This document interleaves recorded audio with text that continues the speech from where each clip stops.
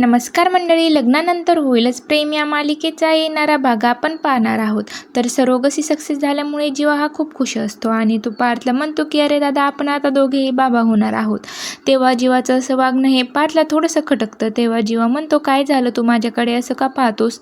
तेव्हा पार्थ आता काहीही बोलत नाही. तरी इकडे जीवा नंदिनीला आता सर्वजण घरातले प्रोत्साहित करत असतात की आता मागे वळून बघायचं नाही, मस्त करून दाखवायचं. तरी इकडे नंदिनी आर्याला कॉल करून म्हणते की मी तर खूपच खुश आहे.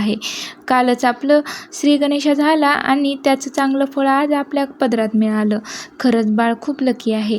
आर्या, तुझ्याकडे आमचं सुख आमच्याकडे येण्या अगोदरच घरामध्ये आनंदाचं वातावरण निर्माण झालंय. हे सुख असंच राहू देत. तेव्हा रम्याने हे सर्व आता ऐकलेलं असतं. तिला तर आता काहीच कळत नाही की ही असं का म्हणते. तेव्हा रम्या म्हणते की याचा शोध आता तुला घ्यावाच लागणार आहे रम्या. तर आता रम्या घेईल का तो शोध, हे पाहणं खूपच रंजक ठरणार आहे.